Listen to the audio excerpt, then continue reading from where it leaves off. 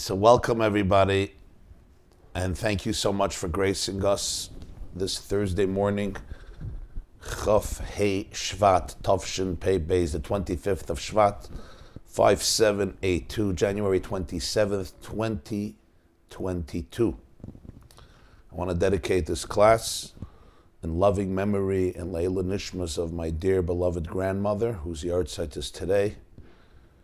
Her name was Taibel Lipsker, Luba Alta Taibe Bas Rav Ezriel Shalom Chaim Baruch, the wife of my grandfather, Rabbi Lipsker Zechrona Levracha, dedicated by children, grandchildren, and great-grandchildren. This is my mother's mother, who's Mrs. Taibel Lipsker, whose yahrzeit is today. Tehei Nishmasa Tzrura B'Tzror Hachayim. If you watched my Hanukkah clips, I sent out a clip about her dancing at weddings. You may have remembered the story.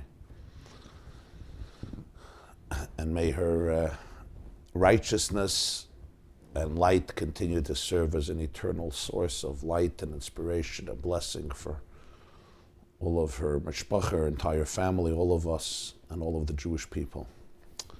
And thank you. So, I hope today we will finish the Maimer V'chol ha'am royim es hakolos v'salapidim from Torah Parshas Yisro. We already had 3 classes on the Maimer, and today we continue with class number 4. If you haven't opened your source sheets, please open your source sheets. If you're in Zoom, I put it in the chat. If you're on the yeshiva.net, you have the source sheets right there. I'm also going to make a commercial for the Tuesday women's class. We had a class this Tuesday morning, and it was on Parshas Mishpatim. The title is, it's not the trauma or the sin, it's the shame that destroys. You are a borrower, but the owner never left you. And we took one of the halachas, one of the laws of Parshas Mishpatim, the laws of the borrower, which has a very nuanced and strange, apparently strange halacha about it, the law of the borrower, and actually explained not just the legal significance, but the spiritual significance. And it shows you how one technical law in a parsha really contains within it the DNA of the whole Torah, and contains within it a life-transforming paradigm that elevates and enhances a person's life. So I would just suggest it. I got an email this morning from a teacher. He's a 6th grade teacher, and he teaches this Gemara because the boys in 6th grade start learning Gemara, 5th grade, 6th grade. And these are the pieces of Gemara that they start learning. And he says, he's teaching it for many, many years, but he's always been teaching it as a technical law about a borrower who borrows an animal and the animal gets injured, or you borrow something and the thing gets lost or gets destroyed, and what are the responsibilities of the borrower. And he says, and now suddenly he heard the whole spiritual background behind it, and he's so excited to bring that to the classroom. So that was very meaningful, because when we can teach 6th graders not just the law, but the spirit of the law, and not just the halachas, which are of course critical, but also to be able to experience a relationship with God, with Judaism in an emotional, deep, authentic way. It's life-changing for these children. When we can help them see themselves with more clarity and work through their emotions with more clarity as children who are innocent and pure and reflect Hashem's light in their love and in their heart, it really is life-changing, because that's the future. So I would suggest that class, if you have time, as usual, triple speed. If it's too fast, you could do double speed. If it's still too fast, you could do 1.75. And if you really like me, you could do regular speed. But I wouldn't suggest that. It's too long. Baruch atah Adonai Eloheinu melech haolam she'akol niyeh b'dvareh. Although the Bezriel says that you're not allowed to do a shear more than 1 speed because it's music, and you don't listen to music on double speed. But that already, that's for each person to decide. Okay, so Ayin Dalet, column 2. Please open your source sheets. As I said, Ayin Dalet, column 2, or page 147. We are up to the second paragraph on the page. It begins, V'nachzer le'inyanenu. V'nachzer le'inyanenu. He says, let's get back to our subject. Not a regular term in a maimer. Let's get back to the subject. Since this maimer went off on I'm not going to say on a tangent, because it's all part of one cohesive, comprehensive idea, but he went to discuss various topics, so he says we're going to come back. What did we learn last time? We spoke about Ratzoi. It started off about the Shofar, and from the Shofar he went into the concept of Matan Torah. Matan Torah by the Avos, which was spiritual, and then it became physical. And he started to explain the whole concept of Ratzoi and Shoiv, Haloich v'Nasaya HaNegba, at length, and how each Ratzoi brings to a deeper Shuv, and then the Shuv brings to a deeper Ratzoi, which brings to a deeper Shuv, and it's the balance of fire and water, Yisro Shalom B'Mraimov. And then the giving of the Torah allowed this to be experienced through the concrete manifestation of Torah and mitzvahs, and he explained at length how Torah and mitzvahs are a hybrid, are synthesis of fire and water. Explained at length Rabbi Akiva's words to his mystic colleagues, Al Taimru Mayim, Mayim, don't say water, water. Somebody wrote to me, he says, the shiur about don't say water, water was out of this world. And then he realized that that expression is contrary to the whole class, because Rabbi Akiva was saying, don't say water, water, right? Don't say out of this world. So he says, but it was also in this world. So that was a very nice comeback, right? It was out of this world, but it was in this world. Al Taimru Mayim Mayim, don't separate the higher waters from the lower waters. Right? An incredible insight of the Alter Rebbe. And then mitzvahs also have the fire, the gvura, the tzimtzum, the structure and the discipline and the timing.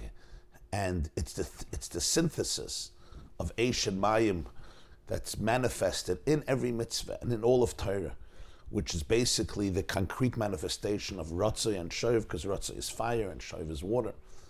And the chiddush of Matan Torah is that the arousal from below, the behavior of a person down here in the physical world, creates an isarusa de la'ela, creates an arousal from above, that the mitzvah is conferred on the physical material reality.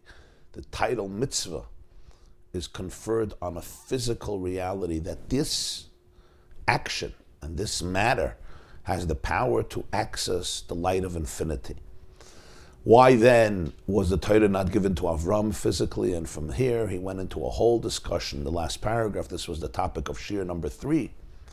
How the physical mitzvah that's usually performed in something that is doimim, tzemeach, inorganic matter, organic matter, vegetation, or the living animal, as he gave all the examples from offerings and tefillin and tzitzis and really every mitzvah, how that has the power to access the light of infinity. And he explained at length how the vitality of God that is invested in the various physical substances that we encounter, whether it's in the earth, whether it's in produce, whether it's in the living organisms of animals, really comes from a deeper place. It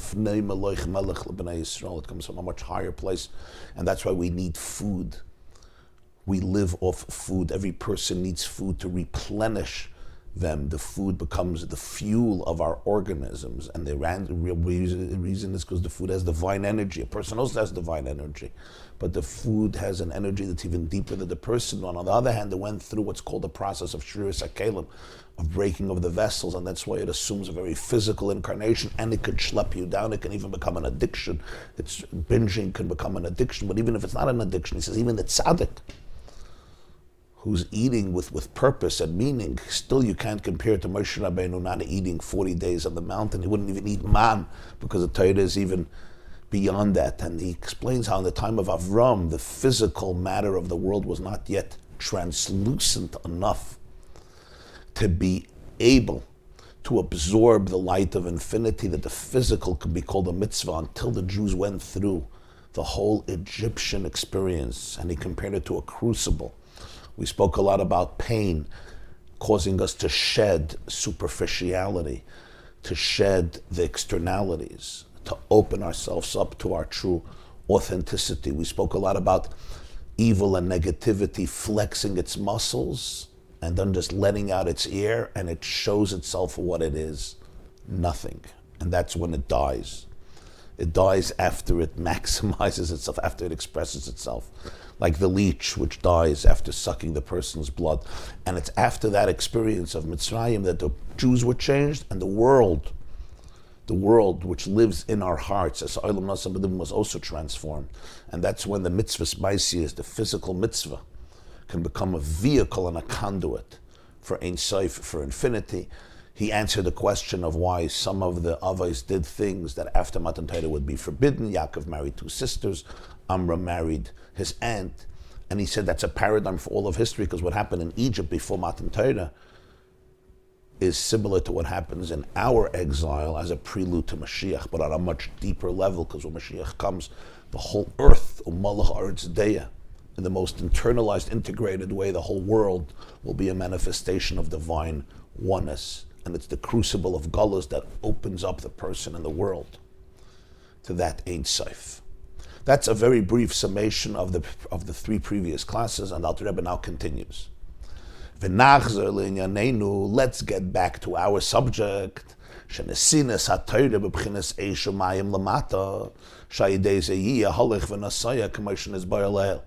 The Torah was given to us in a very concrete way. We can learn it, we can observe it, we can practice it.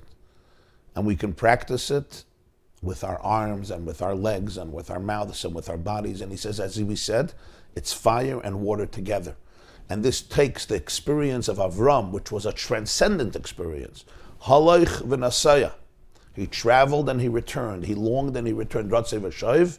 And it brings it down. It's manifested in the physical reality of Jewish life through Torah and mitzvahs, as explained at length. Kanal. Kanal means kemoy shenizboyer la'el. Whenever it says kanal, chaf nun lamed, it's an acronym. Kemoy shenizboyer la'el. As has been explained above, or kenisker la'el, as has been mentioned above. That's just for your context.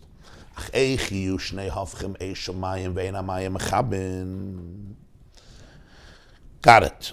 So when we say that the Torah gives us the fire and the water together, so that every Jew has that experience of Avram Avinu, Halech v'Nasaya, because even if I do not operate on the consciousness of Avram Avinu, maybe there are moments in life, but nonetheless, the life of Torah and mitzvahs in this world, the daily life of Torah and mitzvahs, is a very concrete manifestation of Avram's flux, of Avram's movement between Halach, Nasaya, Ratzi, V'Shoiv. Nonetheless, the question is, how do 2 opposites exist in our life, fire and water, that the water should not extinguish the fire, or the fire should not dry up the water? The fact is that fire and water are opposites. They can't coexist. And when we're saying that Torah is a synthesis of both, how exactly does that happen? How can the mitzvahs of Torah give us and trigger in our soul the experience of Ratzei and Shuv, Eish and Mayim, without the water either extinguishing the flames or the flames drying up the water? By Avram Avinu, what again? The Maimer said Avram Avinu experienced fire and water spiritually. We start from the physical, we start from the mitzvahs, and that creates an arousal. It opens us up to the experience. The point of Torah and mitzvahs is not just to practice it in a tedious, boring, physical fashion devoid of spirituality. That's not the point. Yes, a person does a mitzvah, just eating matzah is a mitzvah and it's divine. But the point of every mitzvah is also, like he said before, that the physical action should arouse a consciousness. There should be mindfulness. There should be a sensitivity to it. That's why our sages instituted brachas before every mitzvah, because they wanted a meditation before you do a mitzvah. Before I put on tefillin, I want to meditate. That's the blessing. What I'm doing. Before I light Shabbos candles, I want to meditate. Before I light Hanukkah candles, I want to meditate. Before I blow the shofar, before I put on my tzitzis, before I put on my talis, whatever it is, there's a bracha before. How then can this trigger and arouse this experience without one compromising the other? Some of us tend more to be fiery, And some of us tend to go more to water, which depends on your personality, right? Some people have a very strong element of fire in them. Some people have a very strong element of water in them. Says the Alter Rebbe, Al Zen Nemar Oise Shalom B'Mraimov. This, the Pasuk says, and we say it every day, Oise Shalom B'Mraimov. God makes peace in his heights. So our sages say, as he mentioned earlier in the Maimer, that B'Mraimov, in his heights, there's the Malach, the angel of fire, there's the angel of water, and they should obliterate each other, but they don't. Because Oise Shalom B'Mraimov, and that's when we say, Hu Yasa Shalom Aleinu. So the Alter Rebbe says, Shah Shalom Hu Koilel Beis Hafchem. These are the key words. Shalom always encompasses two opposites. V'hu ha'mechaber shneim. And Shalom integrates two opposites. Why? Lefi shehu gadol mishneim. Because peace transcends both. V'him ptelim v'nechlalim by. And therefore both opposites, the paradoxes, can be subsumed in the reality of peace that transcends both. So the Alter Rebbe says, Oise Shalom B'Mraimov. You cannot synthesize the two opposites of fire and water, which all of Torah and mitzvahs is that combination. And our spiritual experience is comprised of that paradox. If we don't have Oise Shalom, we need a Shalom. Shalom always is about two opposites, because if not, you don't need peace. The concept of making peace is making peace just like in a very practical way. You say, we got to make peace between enemies, right? So that's in an extreme manifestation of conflict and war. You got to make peace. But on every level, what is peace? Peace is you're reconciling Beis Havchem, two paradoxes. But how? Not by destroying one, not by getting rid of one, by connecting both of them. But how could they? How could you? Fire and water are opposites. He says, because peace is Gadol Mishneh. That's always the key. Peace transcends both. Peace is not fire. Shalom is not water. It's greater than both. And because it's greater than both, it creates a space where they can both be subsumed. They could become bottled. They can become, they can transcend the need to be stuck in their own form and become nichlal, become subsumed, become included, become part of the klal. Nichlal comes from the word klal. Become part of the shalom, the peace which is larger than both and therefore could contain them both, and they can both coexist in that largeness. Now this is a very profound idea.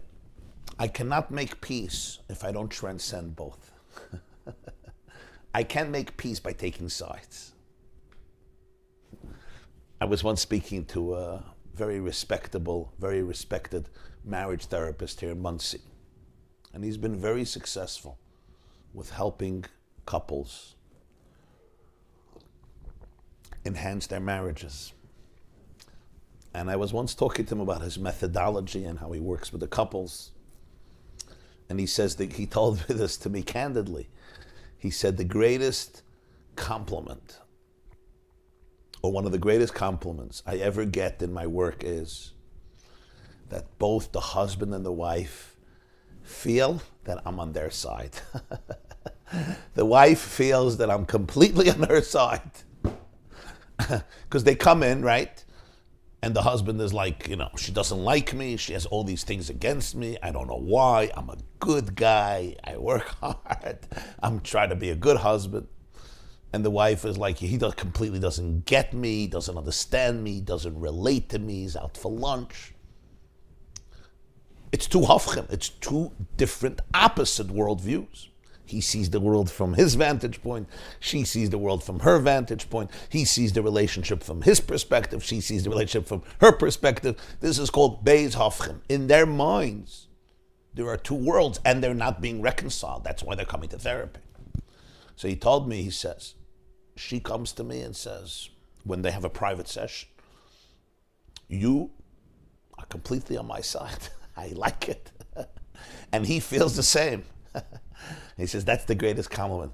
I asked a stupid question. Whose side are you on? Whose side are you on? But that's the point. It was a foolish question. The point is, you can only bring them together if two things happen. You're on neither side, and therefore you're on both sides. You're on her side and on his side. And that's what Alter Rebbe is saying. You need to bring together the two worlds. You can't take sides. It's a great joke about this brother who moves in to this couple's home. He moves into his sister and his brother-in-law's home. The problem is they have a studio apartment. So they barely have one bedroom and another half a bedroom. And this brother is a bachelor and he doesn't have a job. So he's just there with them for days and weeks and months. In the beginning they enjoyed it, but after a while it just became too stressful. So they're trying to figure out how they could dismiss him from their home in a cordial and respectful way. But nothing is successful. They speak to him, they speak to his mother. Nothing is happening. So finally, in desperation, this husband and wife decide they're going to make a shpil. That night, during dinner, the husband is going to start eating the soup. And instead of telling his wife the soup is delicious, as he would usually do, he's going to tell his wife, the soup is so salty, it's horrible. And she's going to say, no, there's no salt in the soup. And he's going to say, wow, you can't even taste. How am I expected to eat something from somebody who makes something that they can't even taste? And she's going to say, you don't know how to taste. It's not salty. And they're going to get into a huge war about the soup. He's going to say that the soup is horrible, and she's going to say that the soup is splendid.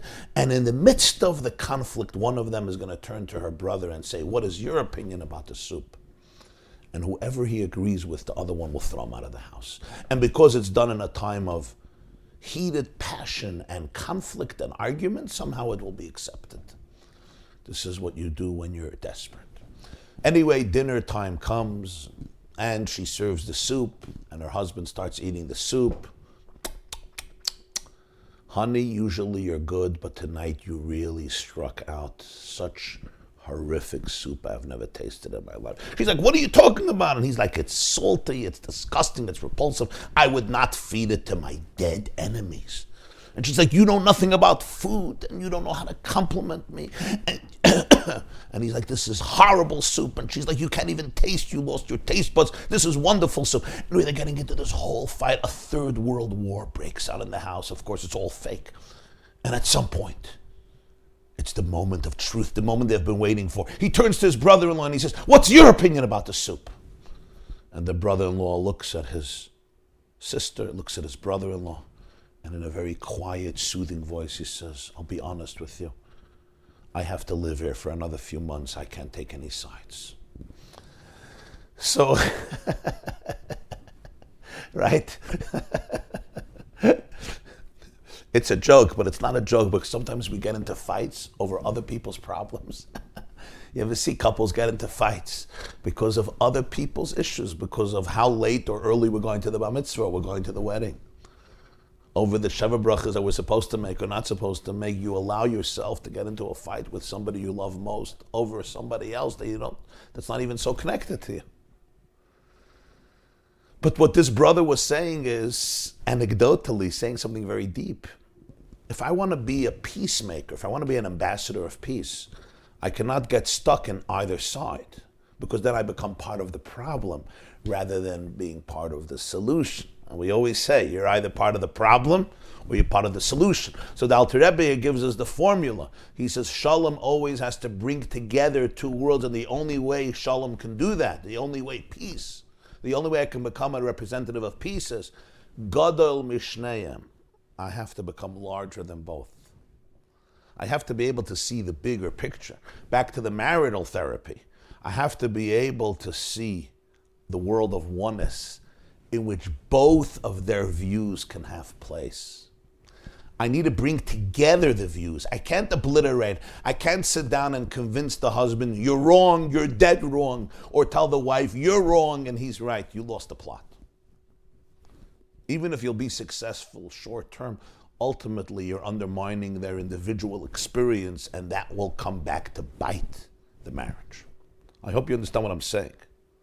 You can't undermine people's individual experiences, because that will not be able to help them with the staying power to be in this relationship in an enthusiastic and integrated way. So what do? I have to create a space where both of the world views, where both of their emotional experiences can become considered, and not only that, p'telim v'nechlalim by. They have to be able to lose their bite that creates the conflict because they become subsumed in this larger worldview. So here in 2 lines, the Alter Rebbe told us how we make peace. Obviously, there has to be goodwill on both sides. There has to be an openness. If I'm just going to tenaciously cling to my stubbornness because of my own traumas and insecurities, and I'm not open to this, so then I'm not open. But if I'm open to listening, if I at least want, if I'm frustrated to the point that at least I want to grow, I want to change, I want to have a better life, I want to have a happier home, so then I can be open to this. B'telim v'nechlalim by, critical words.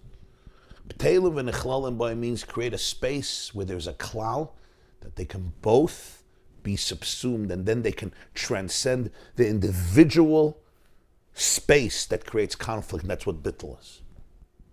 V'zehu b'chinas kol ha-shofar. So how do we create peace between fire and water? And the Alter Rebbe says, by the way, my metaphor is not just a metaphor. The Alter Rebbe says in the Torah, we once learned a mind, was one of the first Maimorim we learned here in Muncie, Ketzad merakdin lifnei hakala, and he says, a relationship between a husband and a wife is a relationship between water and fire. That's what he says. You have to figure out who's who. But it's a relationship between water and fire. And the Alter Rebbe even says, that's why at a wedding, the minhag is, you pick up the chassan. You lift up the chassan on the shoulders, you lift up the kala on a chair. I always thought it was just a cute thing. And you know what Alter Rebbe says? He said it at a wedding. The Shalom and the chassan, the Likut, the Torah, Shirashim. He says, no, it's essential. Because only when you lift them up to a higher place that's larger than the individual dimensions of fire and water can they become integrated. And not only are they living together, but they become synthesized. And they become something much larger than they are individually. That's what happens to the fire and the water. The fire and the water create a new reality that includes and encompasses both. But for this, you have to find that place that's Gadol Mishneim, it's larger than both. So we lift up the chassan and the kala, as he puts it in that maimer, from a malik kalalman to soivav kalalman, from pnimi to makif. That's the maimer Ketzad Merakdin. You can learn that we have it on the yeshiva.net. So the Alter Rebbe says, Rotzei and Shoiv, Eish and Mayim can coexist in Torah and mitzvahs, but you need the Oisa Shalom B'mroimov. So in Judaism, we have this flux, we have this paradox. There's the water of Judaism and there's the fire of Judaism. There's the infinity of Torah, called water, and there's the Gevura of Torah, called discipline, structure, strength, tzimtzum. They can come together when you have Oisa Shalom B'mroimov. V'zeu b'chinas kol ha-shofar. This brings us back to the Kol HaShofar.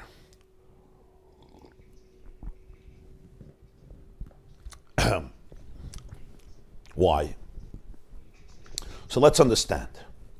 What happens when you have these 2 angels, the angel of fire and the angel of water? Each one lives in his own world. My worldview is very different than your worldview. But when these 2 angels come before God, what do they recognize? Not that he doesn't recognize their individuality. They recognize that their individuality is part of a larger picture.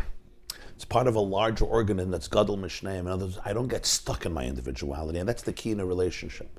The key of a successful relationship is not that I surrender who I am for you, and you surrender who you are for me, so that we both are not authentic. Because every good relationship needs attachment, but I also need to be authentic. If I just feel that I'm giving up who I am and I can't be real in the relationship, how deep can the relationship be? Unless I become a shmata. Right?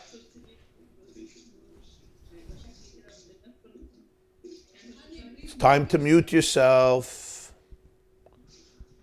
Chevra, mute yourself, please. Huh?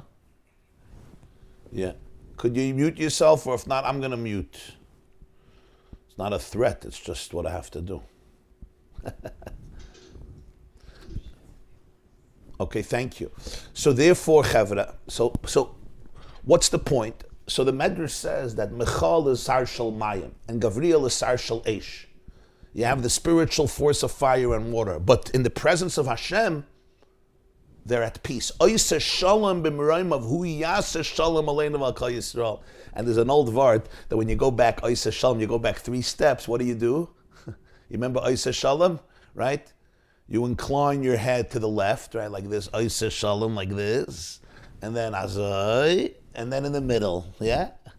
In other words, shalom doesn't mean, it's an old word. Shalom doesn't mean I obliterate one of you. I go this way and I go that way. And then we go to the middle. We have to bring out the middle, the Kav HaEmtzai, that which synthesizes both. Oiseh shalom b'mraimov, hu yaseh shalom aleinu. What happens in the presence of the king? They don't have to get obliterated, but they realize that their individuation is a manifestation. It's a trickle from something larger that combines both of them, and therefore there is room for you in my worldview. There's room for me in your worldview. But for this, you have to be able to have that presence of something larger. That could be called a relationship. That can be called the divine. That can be called the ultimate mission, the ultimate purpose. Says the Alter Rebbe, V'zeu b'chinas kol ha-shofar. This is what the shofar is. The synthesis of fire and water in Torah needs to be able to have that element of Hashem that is not defined by fire and not defined by water. And therefore the two can not only coexist but become one. Because each of them becomes a channel for infinity. And each of them finds their unique place as a manifestation of that larger oneness that synthesizes them. So he says, now we'll understand the shofar. He asked in the beginning, why was there a shofar by Matan Torah? Did we need musical accompaniment? And even if yes, there are much nicer instruments than the shofar. He says, V'zeu b'chinas kol ha-shofar, ki shofar toiken oiseh mipiv hakotzer. Shofar, you blow from the narrow side, from the narrow mouth, v'akol yotzeh misrachev. And then the voice travels through the horn, through the ram's horn, and it broadens, and it emerges from the other side. So the uniqueness of the shofar, that's the uniqueness of the shofar, is I take the shofar,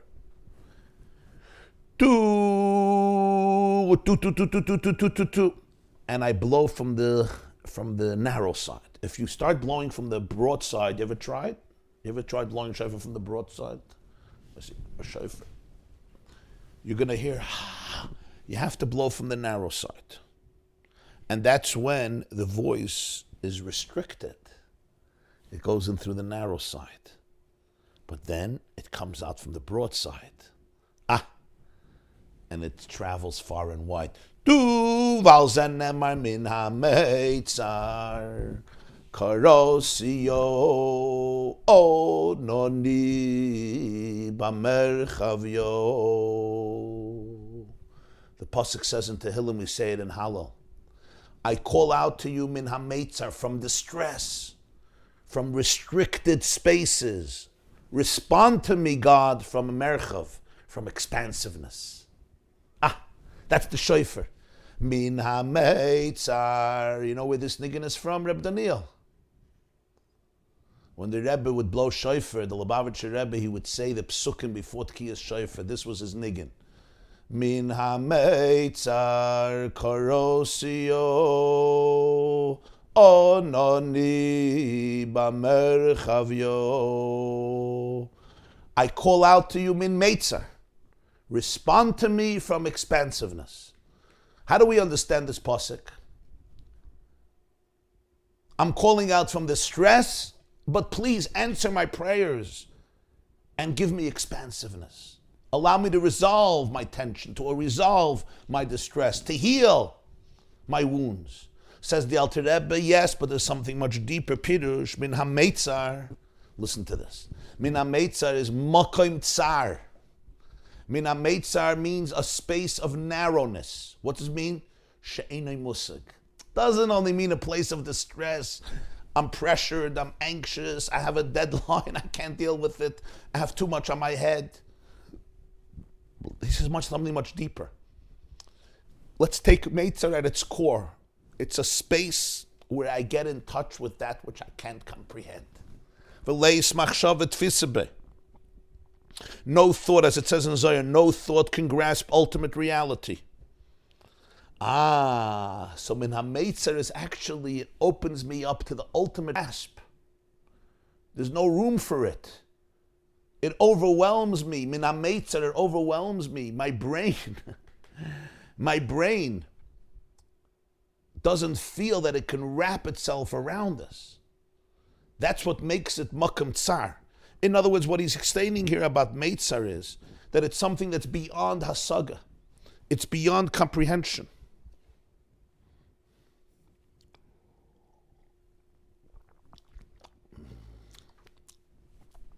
I feel like this is something so much larger than me. I can't hold on to it. I can't grasp it.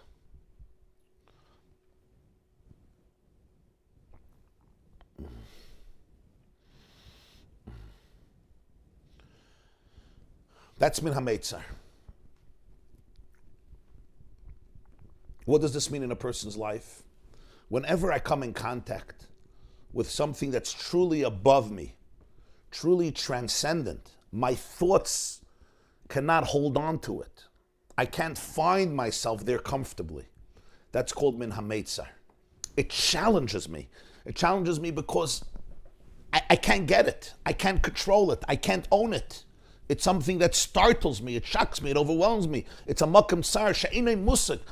I want to understand things because that which I can understand, I could control. That which I can understand, I feel it's inside of me. I got it, I got it. And now I could relax. But this is something that keeps on beaconing to me. Something that my thought can't grasp. So if my thought can't grasp, I feel like I'm in a place of such narrowness. Like, I really don't get it because it's something that looms so much larger than me. That's what creates Meitzar. It's beyond all comprehensions. It's actually the deeper truth of Ein Sof, the deeper truth of divinity that's Lamayla Mikol HaSagas. The word Hasaga means comprehension. The word Hasaga also means grasp. Lahasig, I need to say lahasig et hamishra. I want to grasp, I want to attain. Hasaga means to attain. Because when I comprehend, I attain. When I grasp, I comprehend. Attaining something is what comprehension is. When I really get it, I'm like, okay, I get it. Now you can relax, sit back, relax, and enjoy the show. Sit back, relax, and enjoy. That's merchav. What's Meitzar? Meitzar is my thoughts are being challenged. You know why? Because my thought can't grasp it. My brain can't wrap itself around it. He says it's lamayla mikol hasagas. It's beyond hasaga. To be able to be okay with the fact that I'm not okay, to be able to be okay with the fact that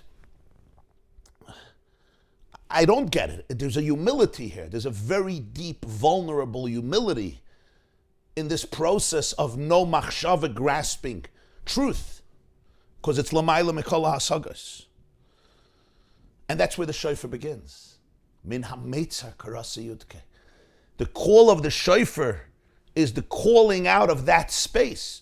V'hu inyan shofar. And this is the connection to shofar, which comes from the word shapru ma'aseichem.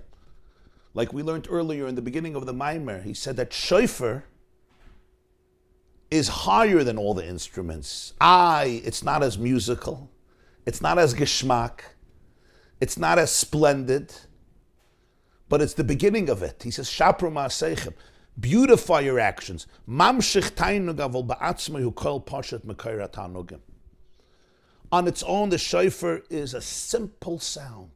It's not sophisticated. It doesn't have the charm and the colorfulness and the beauty and the delight and the splendor and the glory and the geschmack of the violin or of the cello or of the harp or of the guitar or of the piano. As the Alter Rebbe said in the beginning of the Maimer, he said it's kol pashut, it has a simplicity to it, but it's mekayr hatanugim. It's the source of the pleasures. And that's why it's called Shapru Ma'asechem. Beautify your actions, because it's the source of Tainuk. Because Shofar goes into Min HaMeitzar. It goes into the place that's beyond Hasaga. It's beyond Tainuk. It's the source of the Tanugim. It's the source of the pleasures, as we learned in the first class.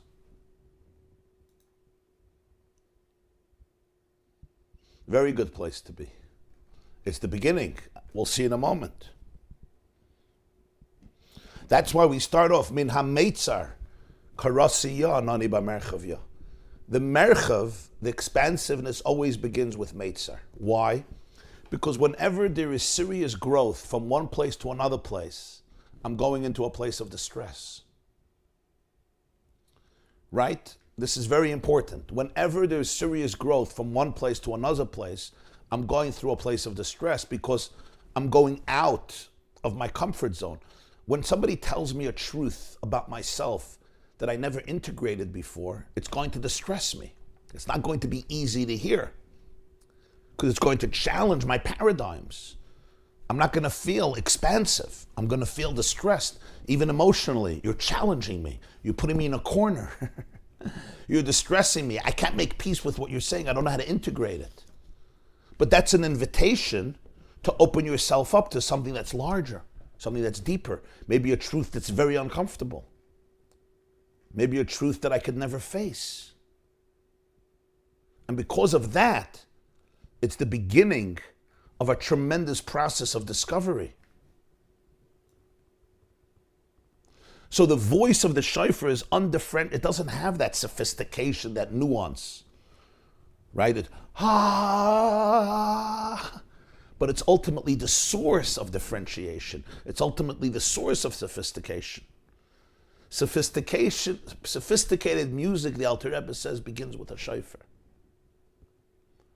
And all music is about longing to that which is beyond. That's what real music is. And he continues and he says, Ki imcha mekar chayim ksiv, b'chinas imcha, batel v'nichlal, ba'odein soif baruch hu mamash. The pasuk says, famous pasuk in Tehillim, many say it when they put on, after they put on their talis, Ki imcha mekar chayim. With you is the source of life. Again, he brought this in the beginning of the Maimer. Hashem is the source of life. He's the source of pleasure.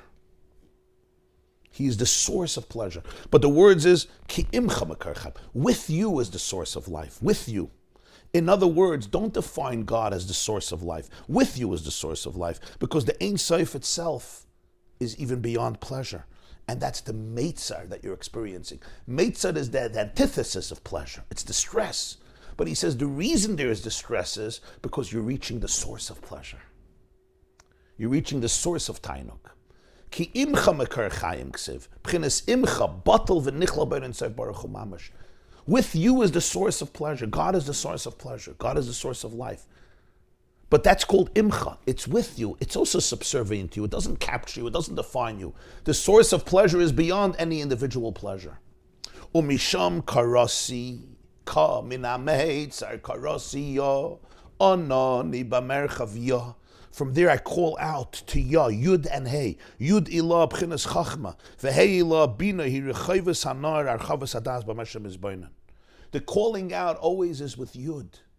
The Yud is the first letter. The higher Yud, the seminal point, it's known as Chachma. The second letter is the Hey, which is already the expansiveness. It's known as Bina, which is associated with the broadness of the river that draws from the spring in which the water trickles very slowly and very condensed, and then it expands in the river. That's like Chachma and Bina, father and mother, the seminal point, the epiphany, the seed of life, which is then expanded. Harchavas hadas b'mashe hizboinen. There's a meditation, a contemplation. In Bina there's already comprehension, I can attain it. Mashenkin Chachma b'chinas barak. Chachma is a lightning. You know, with the lightning, the epiphany, you're ever in pitch dark in the wilderness and suddenly there's a lightning and there's amazing, incredible light. And it casts its luminescence on the entire space that you're in. but it also dissipates. The lightning comes and the lightning goes. That's Chachma. Chachma is that moment of revelation, that moment of epiphany that comes from a vacuum, from an apparent vacuum. Then there's Bina. Bina is already concretizing the seed, conceiving it, developing it into a fetus. So the pasuk says, Min ha-meitzar karasi yud ke. Karasi yud and hey. Because the meitzar is referring to the essence, which is beyond what I can wrap my brain around, which is beyond what I can grasp and maintain and contain and hold on to. So from that space, karasi, I call out to Yud K, I call out to Yud and Hey, which is Chachma and Bina. Yud represents Chachma, which is again a place in which I never control the idea. In Chachma, you never control the idea. You don't get it, it gets you. You can't prepare for the epiphany. The epiphany suddenly comes in. It's not something that you can initiate through ego, through preparation. It's something that comes from absolute humility. And then there's the Hey that expands the idea. That's like the river which broadens the water that comes out and trickles out of the well. So the pasuk says you start off karasi yud kei dahainu shemisham his chaschalas his havos chachma ve'eden ve'torah liyos la'avdo l'shamra v'lasas gan eden v'gilui tainug v'asagas hanashamas. From there, from that place of meitzar, that's where everything begins to emerge. Chachma emerges and Eden emerges. There's Eden and there's Gan Eden. The Torah says in Bereshis, the river comes out of Eden to irrigate the garden. So Eden is beyond Gan Eden. So he says from there is the beginning of Chachma and Eden and Torah, where Adam Arishan is placed in Gan Eden to work it, to toil it, and to guard it, and to create a garden of Eden, and the revelation of the pleasure and the comprehension of neshamas. So you have Eden and Gan Eden. It starts off with Eden, and then the river irrigates the garden from the water that it receives from Eden. Eden represents the core of pleasure.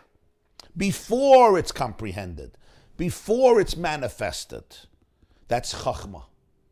That's like the epiphany, the lightening. And then there's Gan Eden, the way the Eden translates into a garden where there's much more comprehension. That's why Chazal say that in Gan Eden, the souls enjoy the radiance of the Shechina. That's the Tainug. That's the Hasaga. So Adam is put into Gan Eden to work it, La'avdo, L'shamra, to reveal the Eden in the garden. That's Adam's job, to reveal the Chachma in the Bina. So min ha-meitzar karasi yudke, from the meitzar, from the source of everything, which I don't comprehend, and that's why it's called a place of distress, because I don't get it. I don't understand it. I suddenly feel my inadequacy, and that's what real distress means. Don't look at the distress externally. Look at the distress from a place that you're touching something that you can't comprehend. Everything that distresses you is an opportunity to transcend. You hear what Alter Rebbe is saying? Whenever I'm in a moment of distress, it's an opportunity to go out of my box. My thought process is being shaken, it's being shocked. In other words, I'm touching something that my thought can't grasp. Great. Because from there, karasi, from there you can access Chachma, from there you can access Bina, from there you can access Eden, from there you can access Gan. As he says, from there, that's the beginning where everything is created. From that nothingness, from that point of intangibility, from that seed that decomposed in the ground, that's where a morphosis and a transformation happens. From there, Chachma emerges. From there, Eden emerges. From there, Torah emerges. That's the Shofar. The Shofar is not pleasurable. It's not a sound that you can wrap your ecstasy around and melt away in this beautiful concerto. The Shofar is the source of the pleasure. And therefore it's very simple. It's raw. It's a raw voice. Do, do, do, do, do, do, do, do, do, do, do. It's the source of all the pleasures. It's the makar hatanogim. But from there you have Chachma, from there you have Bina. Everything emerges from there, both Chachma and Bina. So min ha-meitzar, from Meitzar Karasi, that's where you can access Chachma, which is a new idea, a new transcendent idea, a new epiphany, which will then be developed and concretized in Bina. Vayidei zeh anoni b'merchav yaka. And through this, you'll respond to me in expansiveness, just like the voice, the sound of the shofar. It comes out from a narrow space. I blow into the narrow side of the shofar. And from there it comes out, it travels, and it comes out from the broader side of the shofar. So the Alter Rebbe says, the Meitzar which accesses Yud-K, then comes back in an expansive way. Anani b'merchav Yud-K. Ki kemosh yesh Yud-Hei Iloyin, kach yesh b'chinas Yud and Hei Tatoyin. There's the higher Yud and Hei, and then there's the lower Yud and Hei. The first Yud-K is the higher Yud and Hei, the higher Chachma and Bina. But then there is Anani b'merchav Yud and Hei, the way Yud and Hei come down in a much lower space where there's expansiveness, where there's comfort, where it's very integrated in my identity. Wow, so the Rebbe here gives us the process. It starts off with Meitzar, and the Meitzar accesses the Yud and the Hei.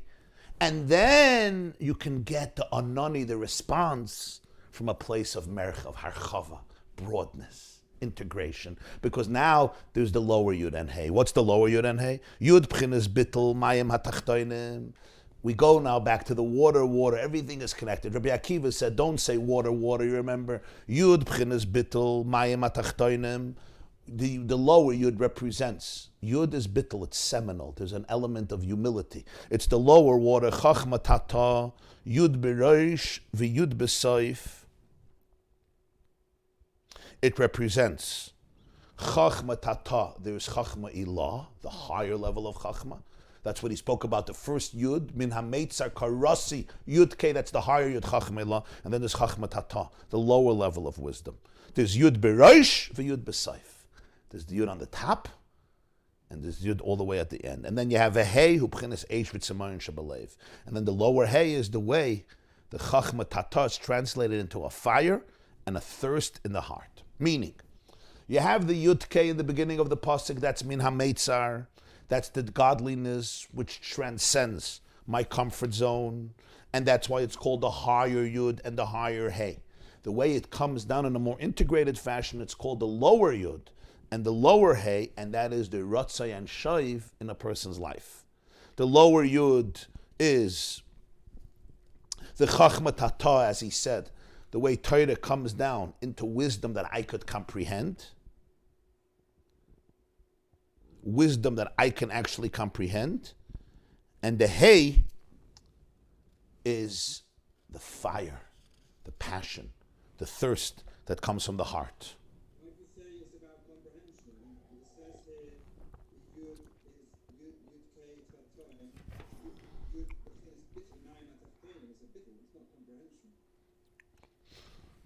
Chachma tata. Okay, the word, I stand corrected. The word of chachma is not comprehension.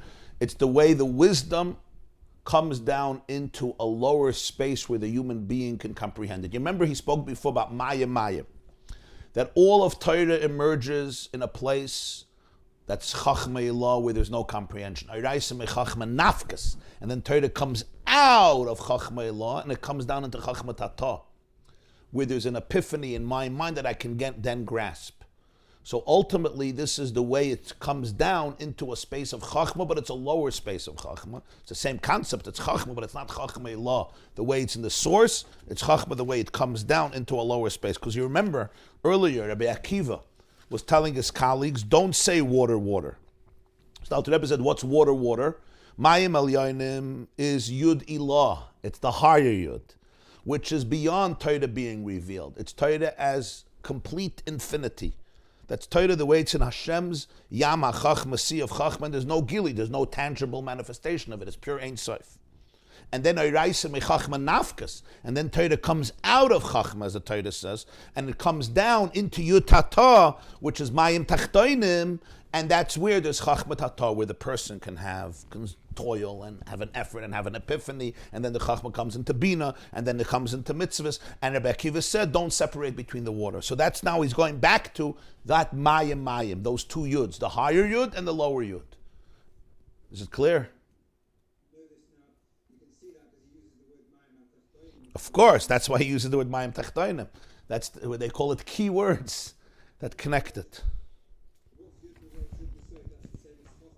Yud b'rosh and Yud b'soif means Chachma Tata versus Chachma Ilah. The higher Yud and the lower Yud. Yud Kei Vav Kei in its source and Yud Kei Vav Kei in its lower manifestation.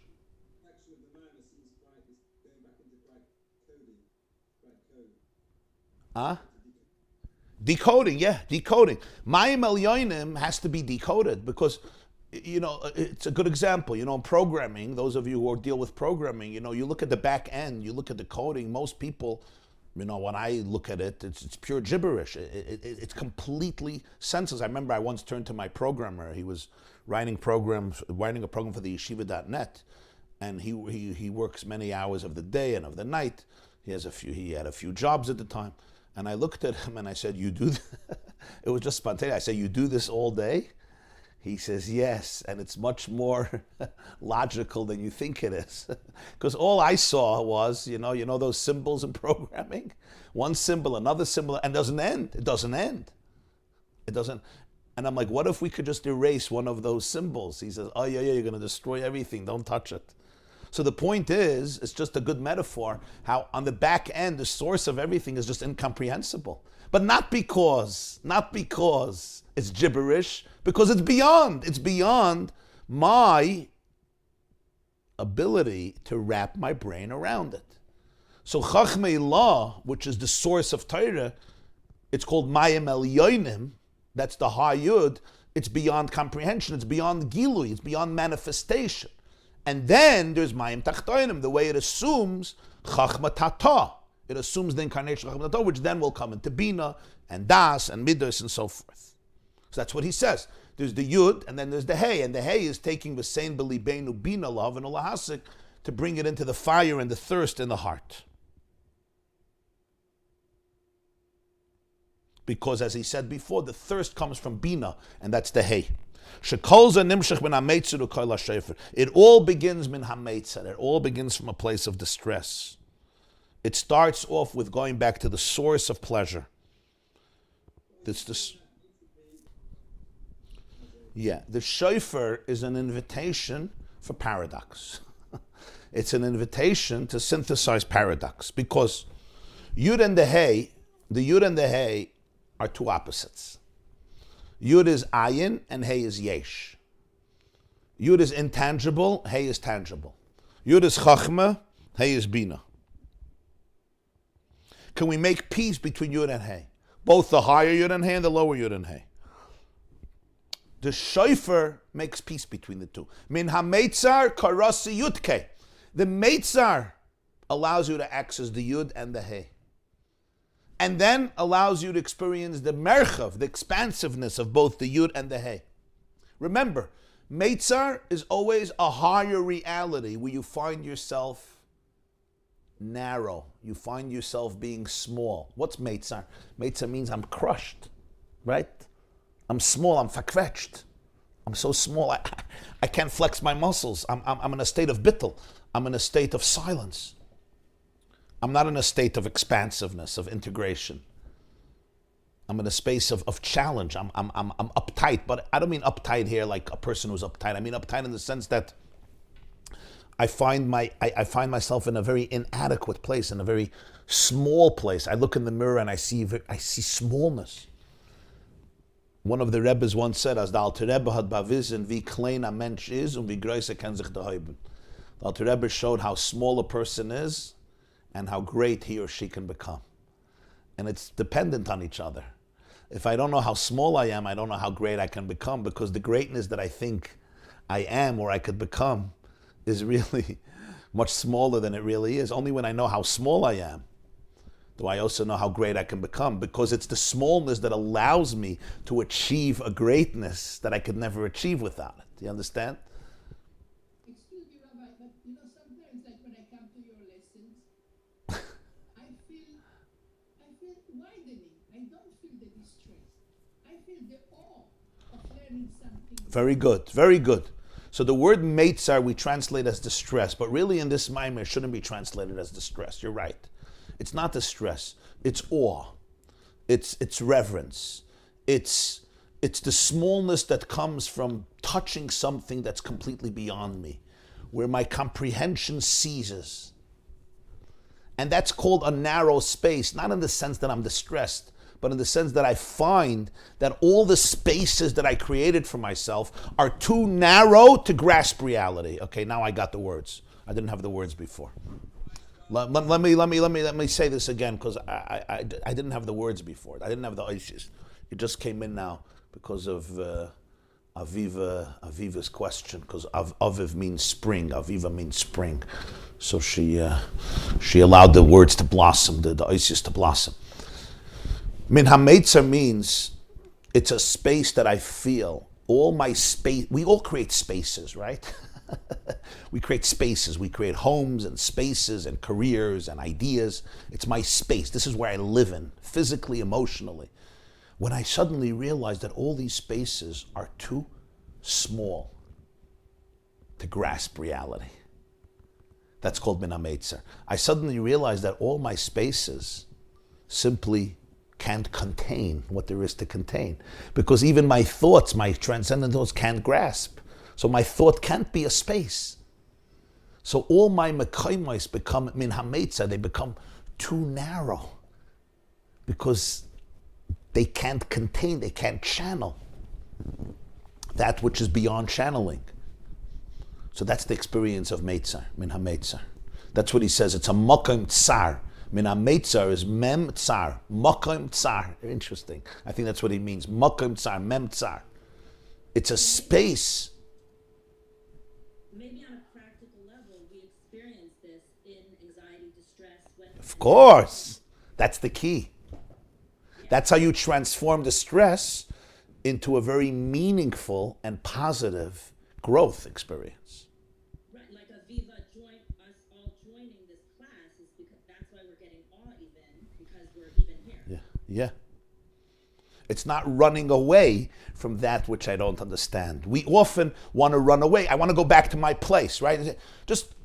I want to go back to my space. I already have a space. I have a closet, I have a closet. I have a locker room. This is my space. I know it. I'm familiar. I control it.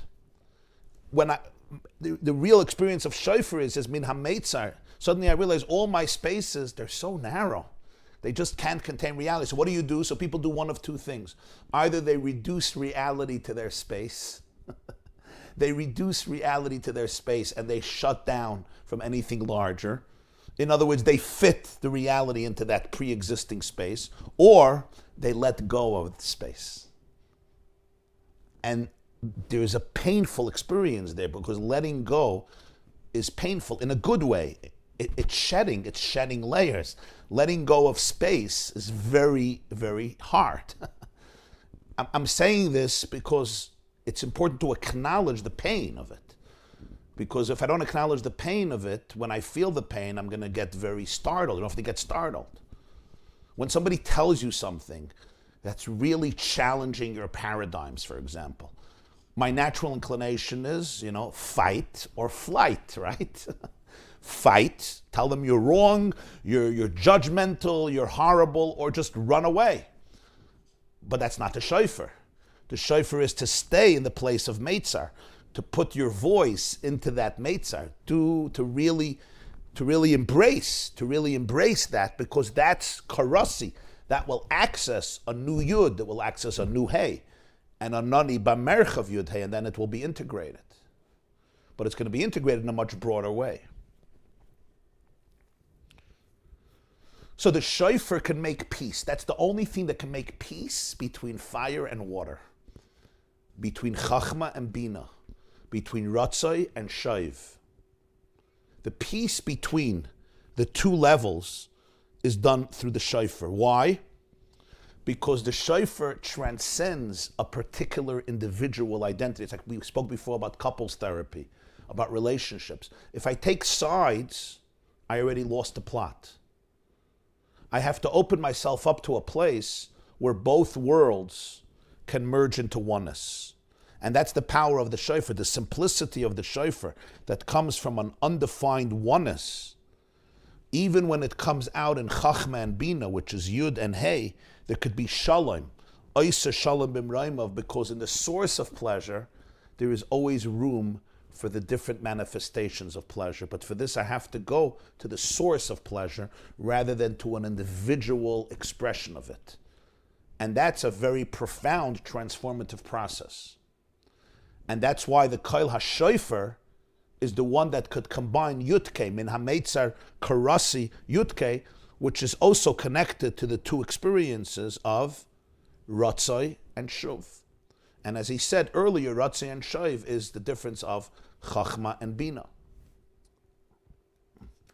Because Shuv is where I realize that I don't get you, I can't comprehend you, I can't contain you, and therefore I have to have that respect, that awe, that's Chachma. And Bina, which is associated, Bina Liba, V'seim b'libeinu Bina, creates the thirst, the comprehension creates thirst for more and more and more, because I feel like I'm a chutin, I feel that kinship, that closeness. And that rhythm of life is essential to the heartbeat, it's essential to oxygen, to inhaling, exhaling, expanding the heart, contracting the heart, and that's the very rhythm of life. And every shuv brings to a deeper ratzoi, and the ratzoi brings to a deeper shuv, and brings to a deeper ratzoi, and that relationship, that rhythm continues, and the paradox can exist because something that is higher than fire and water and therefore doesn't get threatened, not by fire and not by water, because it could contain both, realizing that each one is part of the rhythm of a relationship, part of the rhythm of life, and therefore I don't have to squash or crush any one expression in order to feel safe and secure. But the only way I can do that is when I go to that place of Meitzar, when I go into that place where my spaces become narrow and therefore I reach out to that which my thought can't grasp and can't comprehend, and I have no space for it, and that really creates a whole new dimension of awareness. And Alter Rebbe continues, V'derech klal hu b'chinas tefillah b'lachash. Generally, this is associated with the silence of davening, which is Shemona Esrei. Because davening has different stages. There's the part of davening where we say the blessings before Shema, and then we say Shema, and over there's a lot of fire. We speak about the angels, Vayfanim berash gadol, right? You remember Vayfanim v'chayis hakodesh berash gadol misnasim lomas asrafim. There is commotion, there is intensity, there's tremendous passion. Boyeres kamari lapidim. It speaks about the fire of the angels. Valzenem of Esachas Arakia Kanfeim Yeshares Shekanfeim Nikra Fifosim Beratzim Imata Lamayla B'Rish B'Yeshal Heves Abayeres. And that's where the Navi Yecheskel speaks about that under the heaven they have straight wings. What's this idea that angels have wings? We imagine angels with physical wings. He says no. Wings represent longing. When a bird soars upward with its wings, you know, you sit in the plane and you watch those wings that allow the plane to take off from a terrestrial domain into a higher space. So the wings of the angel represent the ability to fly up, to dream. It's the ambition, it's the yearning, it's the aspiration, it's that longing. There's something very rich and beautiful about it. You're flying up from a lower place to a higher place because you have this passion that takes you out of your present domain. And that's what the angels are doing. That's the wings of the angels. You know, you speak about the wind beneath the wings, or that which allows your wings to soar, to fly. That's the ratzai. The ratzai is what allows them to fly. V'kolzo tachas harakia. This is under the heaven. What does this mean? Sharakia notri al roshim ke'ena kerech anoyre b'chinas kerech u'b'chinas bittul. Yecheskel says there was a heaven above the angels that was frozen as ice. Frozen as ice doesn't mean coldness, it means bittul. It means sometimes in a state of absolute humility, I'm frozen in a good way. I'm not expansive, I'm not expressing myself because there's a silence, there's an awe. So there's what the angels experience and therefore they long to it. But above that is a rakia, and that's the ice, that's the chachma, that's the bittul. So there's two levels. When I'm under the ice, when I'm under the heaven and I can still comprehend, I yearn for more, I want more, I want more, I want more. That's why he says, Tachas harakia, under the heaven, kanfeim yeshares, their wings are straight and directed, they're flying and soaring. But when you reach to a higher place, when you reach that rakia, suddenly your hasaga experience is bittul. This is where I cease to comprehend. This is where I cease to understand. And then I can't fly anymore. And that's when there's shuv, that's when you're returning. That's the ratzai and the shaiv. So I soar, But all soaring is because I appreciate that which is ahead of me, that which is beyond me. That's what he says. Aval kasher vayikol me'al rakia ashar rosham. Hu koil ha-shofar shu l'mayla mayla gam b'chinas harakia v'hi ba'omdam b'tfila azay tirafena kanfeim shebotol v'nichlol gam b'chinas haratzui gam b'chinas hashuv v'meyuchadim b'yichud gamur v'eina oila loy b'shem ratzui v'loy b'shem shoiv. Wow. So you have three stages. There's the stage of ratzui, there's the stage of shoiv, and that's when there is a silence, there's a humility, there's a reverence, there's an awe, there's a boundary. Ratzui comes from comprehension. Shuv comes from a deeper place that I can't comprehend. And then he says, the pasuk continues. This is all explaining Yecheskel chapter 1, the version of the chariot. So there's the angels with the wings, and then there's the heaven, which is like ice, which represents the bittul, the silence, the shuv. And then he says, there's a voice, Yecheskel says, above the heaven, on their heads. And that's when they shed all their wings. What an expression.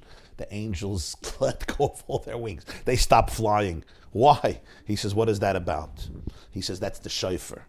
The shofar, which is above the rakia, ba'amdam, that's when they're standing. That's what tefillah represents. Kriya Shema and the brachas is the fire, the ratzah, the fire. But then, when I reach that rakia, you can hear the voice that's above the rakia, above that heaven. And in that space, there's no ratzah, he says, and there's no shuv. He says the ratzah becomes subsumed, and even the shuv becomes subsumed. They both become one, and it's not defined not as ratzah and not as shuv. There's three stages. There's ratzah, and there's the shuv, and there's the point where they become completely one, because of that which synthesizes both of them and combines both of them, and then there's no contradiction. In other words,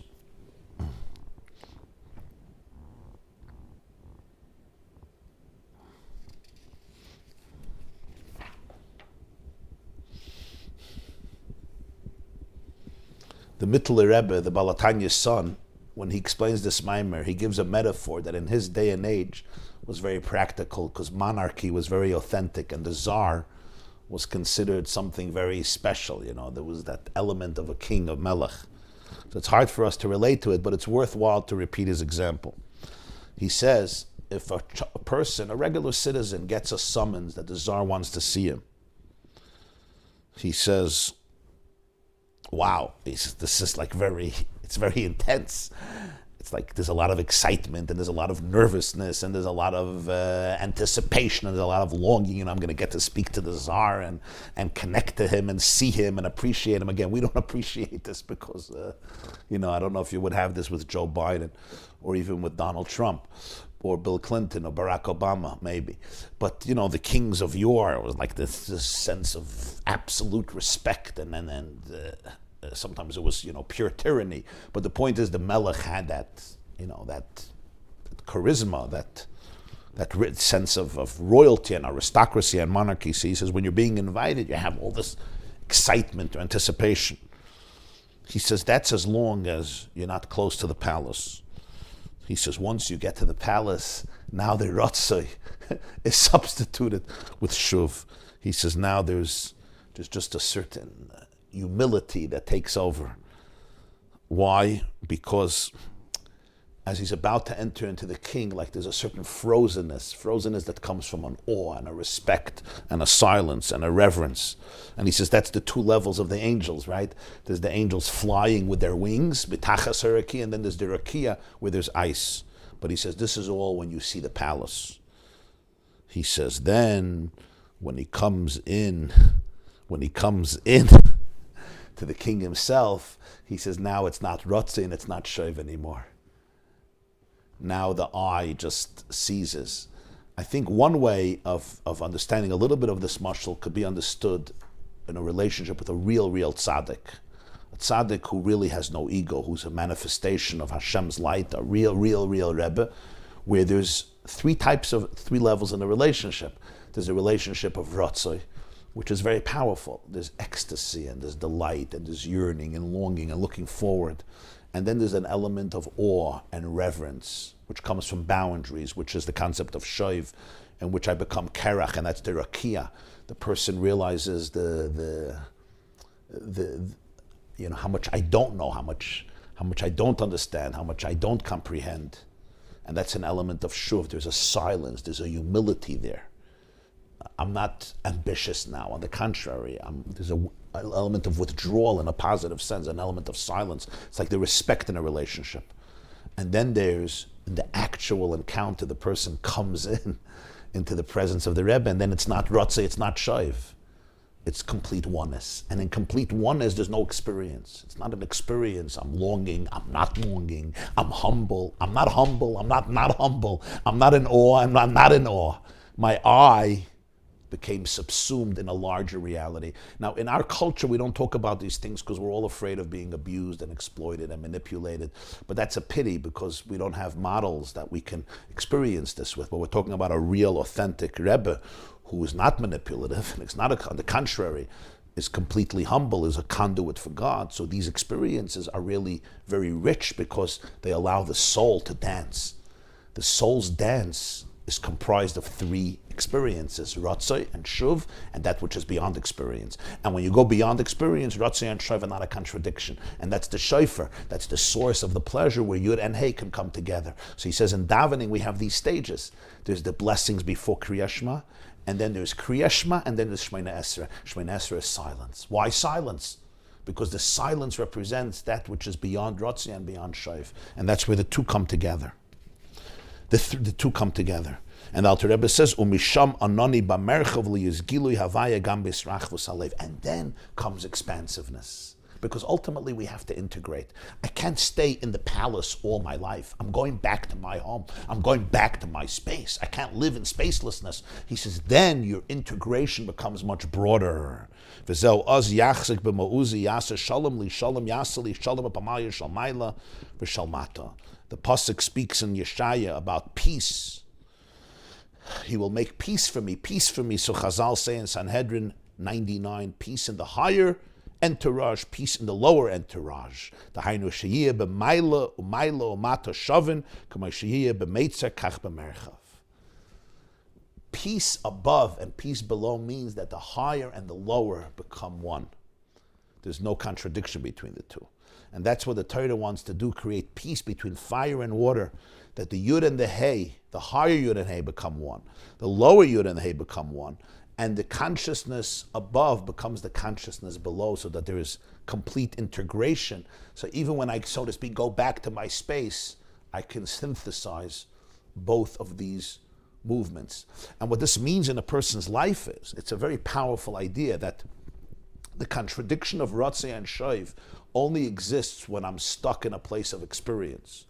Now, we're always in a place of experience, right? But when I can experience that which is beyond experience, I can really open myself up to that, then Ratzai and Shoiv don't contradict each other. And the Alter Rebbe finishes the last few lines here. Let's do the last few lines. It's the top of page 148. We're going to learn for like another 5 minutes. Now we'll understand the idea of the nation watching, seeing the sounds, the fire, and the shofar. Sounds represent communications, like sound waves.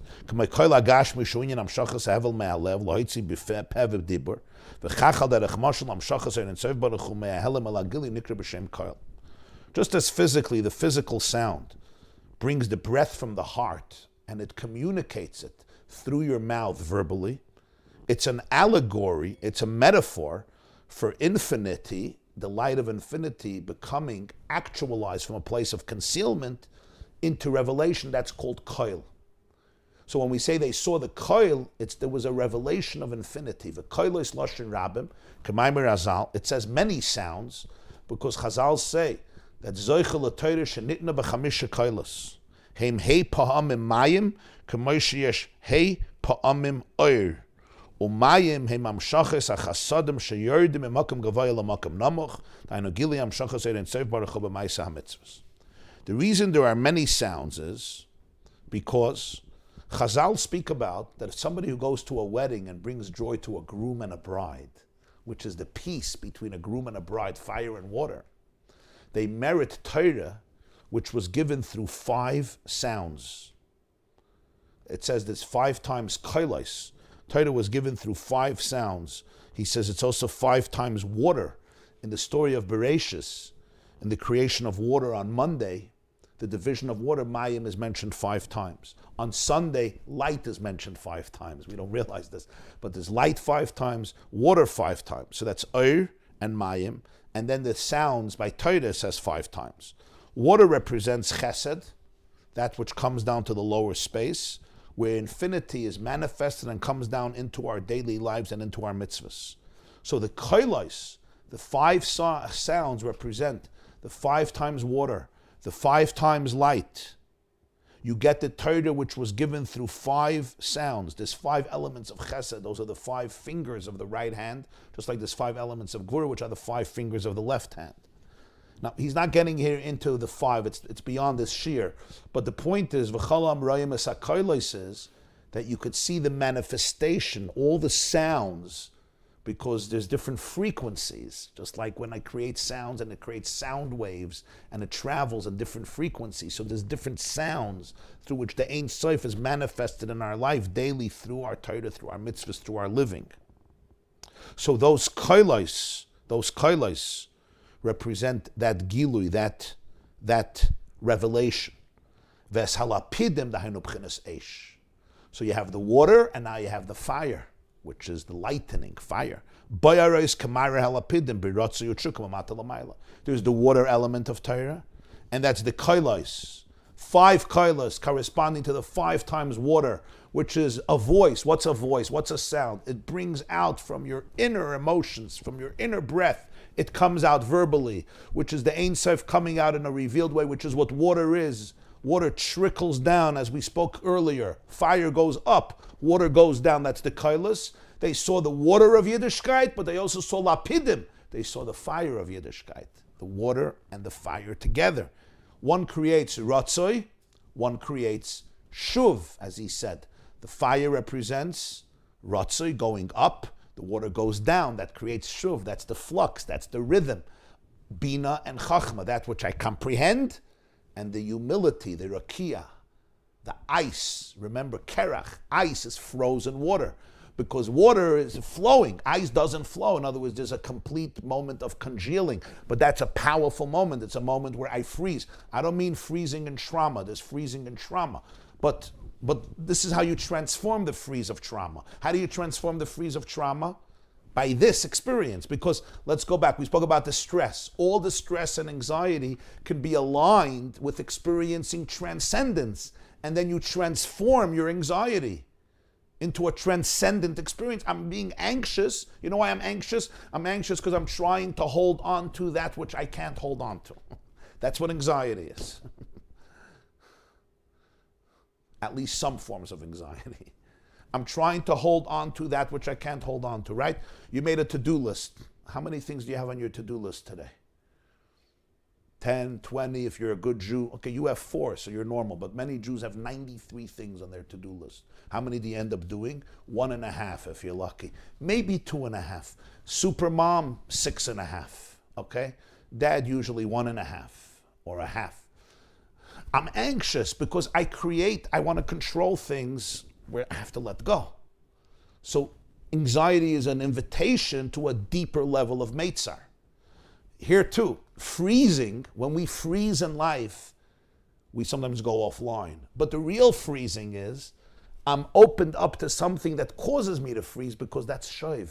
It's echad. I comprehend that. I comprehend the fact that I can't comprehend. That's the mayim that becomes ice. That's the second level of the angels. Remember, there's the angels flying with their wings. That's ratzoi. And then there's the angels frozen. That's shuv. And then there's the Shemona Esrei, the silence, where the two become one. And they shed all their wings. They shed ratzei. There's no name for Ratzah anymore. There's no name for Shuv because they're completely one, because they go to a place beyond. So he says the people saw the sounds, that's water. They saw the fire, that's fire. That's Shuv and Ratzah. They saw this eye to eye, they experienced it. Royim es hanishma. They saw that which is usually heard. What does that mean? What does it mean you see what is usually heard? And the answer is very deep. Chachma is seeing. Bina is hearing. An epiphany you see. An idea you hear, you get it, you comprehend it. You don't see it. Chachma has a clarity that Bina doesn't have. And when you have that epiphany, it's like, wow. But then it goes away. And now you have to hear it. The difference of seeing and hearing is when you see the whole picture and then you analyze the details. When you hear, it's detail after detail after detail. It's right brain, left brain. One deals with the whole and the other deals with individualism, with particles. One is a wave, one is a particle. Chachma is a wave, Bina is a particle. Chachma is seeing, Bina is hearing. By Matan Torah, they saw that which was heard. Chachma and Bina became one. That which you usually hear, they saw. That which you see, they heard. How? That's why they needed a shofar. The shofar wasn't music. For music, you could have gotten a violin. The shofar was that which could combine that which you see and that which you hear. The koila shofar that comes from a place of meitzer. What's a place of meitzer? When you touch transcendence. It's the source of pleasure. And from the source, you can have water and you can have fire, even though they're paradoxical, they're completely one. Commission is parallel, as we explained before.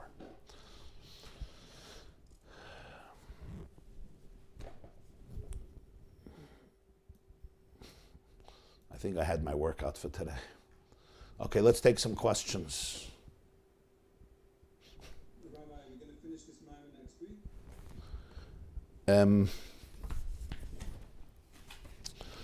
You mean Vesahar Ashen? No. That's actually somewhat of a new mimer. It's somewhat of a new mimer. I'm not sure. We'll see. Let me see what the Olam here has to say. Ratzei v'shoiv. Beautiful comments. Is there a stronger proclivity from either the fire people or the water people to be stuck? I'm finding there's a certain type of person that would like to go back to Amal, to the past, and have a hard time with hearing about a new consciousness, a redemptive consciousness. Is this fire or water or neither? What's the tendency of being stuck? Or is it rearing? Is it about family culture? It's a good question. I don't know that there's one common denominator. I don't know. I have to think about it. That's when earth and air come in. Earth and air, right. Right. You're stuck in any of the paradigms. Right.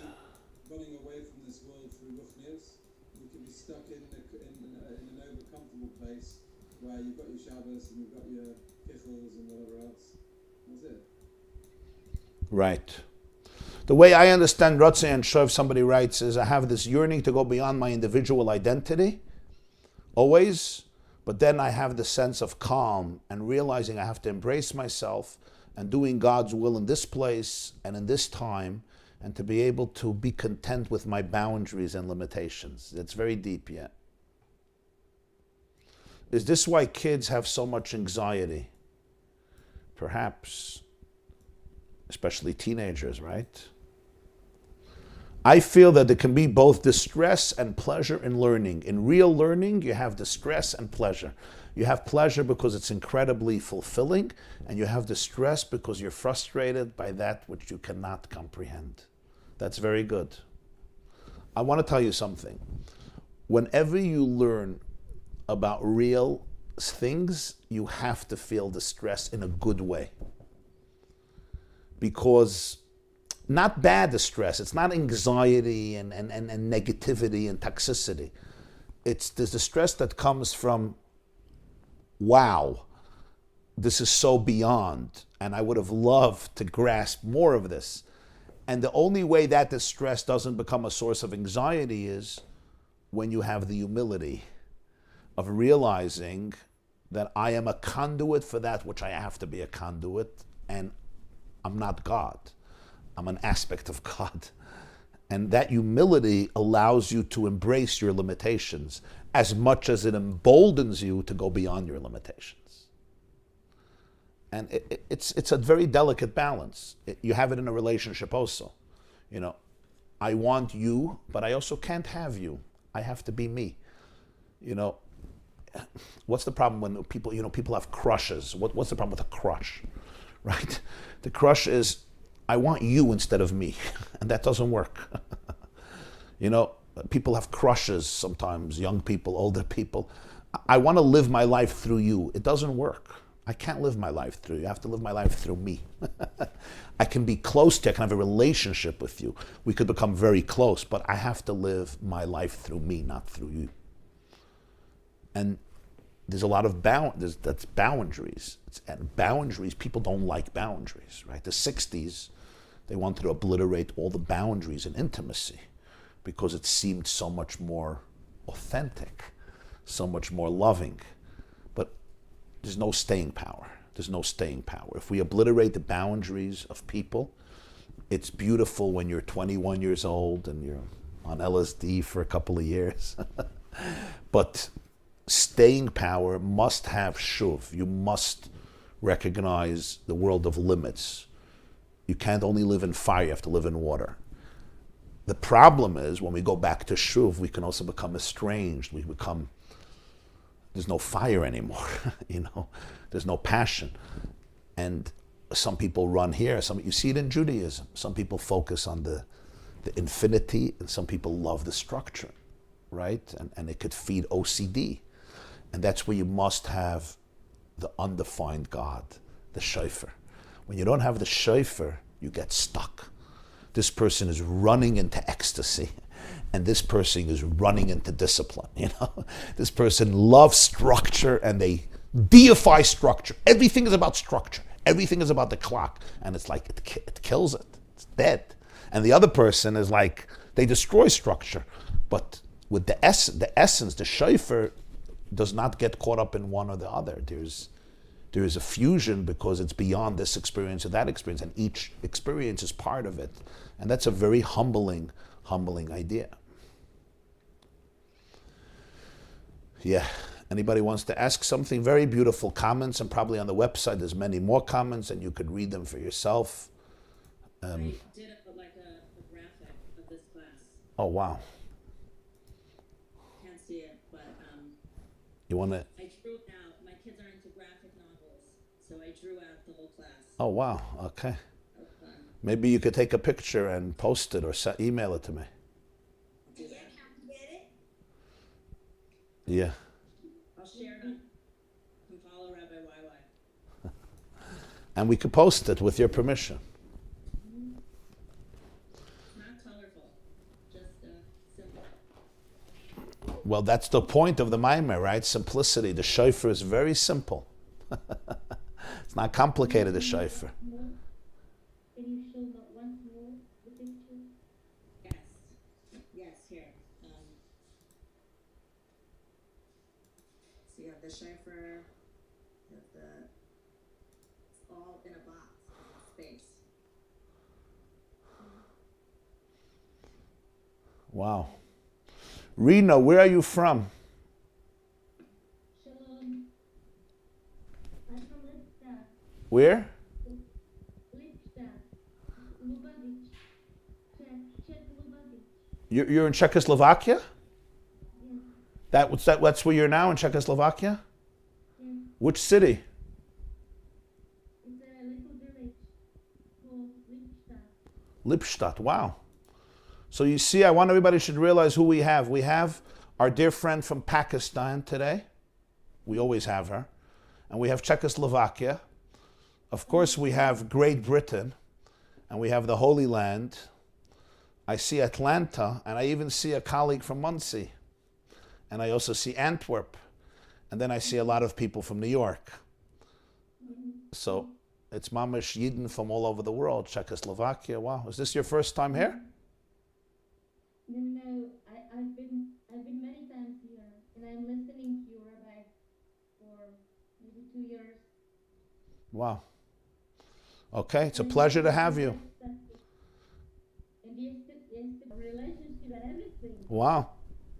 So that You grew up in Lippstadt? I grew up in Silesia on the frontier with Poland and Slovakia and Moravia. But I married to my husband who works in Lippstadt. Wow. So you live in Lippstadt? Yes, and we are part, he's not from Lippstadt, he's from Pardubice, and we are members of Prague's Kehila. Wow, So amazing. from time to time we travel to Prague. So how did you find out about these classes? On YouTube. Okay. Wow. Okay, beautiful. Thank you for being here. It's an honor to have you, Rena, and thank you everybody else for being here. It's an honor and a privilege to have everybody here. I wish you all an amazing day and a beautiful Shabbos. And Be'ezer Hashem, we shall resume Monday morning. I'm actually for Shabbos at a Shabbaton in California, in Encino, but I'll be back Sunday night. So Be'ezer Hashem, Monday morning, we will resume. Everybody have a beautiful day. And happy birthday, Reb Zalman. You should have an amazing year. A healthy year. You're turning 18. Wow. Okay. Amazing. Wow. I remember when I was 17, yeah. It's a great age. It's a great age. Ratzay and Shoiv. Full power. Ratzay and Shoiv, full power. Rabbi, can you give me a bracha that my father should be able to find me a right yeshiva for me? Amen. Your father should find an amazing yeshiva for you, and you should find an amazing yeshiva for you in that yeshiva. Amen. Okay. Hatzlacha. Amen. Rabbi,